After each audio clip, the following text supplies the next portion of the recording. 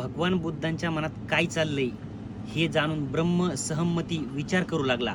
खरोखर जग नष्ट होत आहे. आपल्या धम्माची शिकवण इतरांना देणार नसतील तर या जगावर खरोखरच विनाश ओढवेल. आपण आता सिद्धार्थ गौतम नसून आपण भगवान बुद्ध आहात. आपण सम्यक संबुद्धत्व प्राप्त केलेले भगवंत आहात. आपण तथागत आहात.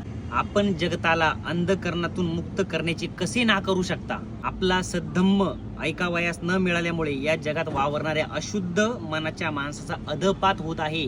प्राचीन काळापासून मगधवासियांमध्ये अनेक दोषांनी भरलेले एक अशुद्ध धर्म प्रचलित आहे. जन्म ऋणांतून मुक्त झालेल्या हे विजयी वीरा, उठ, जगाकडे बघ, जा, त्यांच्याकडे पाठ फिरू नको. भगवान बुद्धांनी उत्तर दिले, जगामध्ये अतिशय दुःख आहे.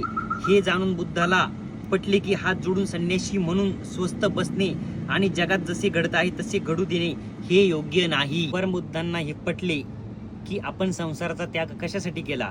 जर आपल्या धम्म प्रचाराने जगातील दुःख आणि दैन्य दूर करता आले तर केवळ निष्क्रियतेचा पुतळा बनून स्वस्थ न बसता जगात पुनरपी जाऊन त्याची सेवा करणे हे आपले कर्तव्य आहे. म्हणून भगवान बुद्धांनी ब्रह्मसहमतीची विनंती मान्य केली आणि आपल्या सिद्धांताची शिकवण जगाला देण्याचा त्यांनी निश्चय केला. नमो बुद्धाय, जय शिवराय, क्रांतिकारी, जय भीम.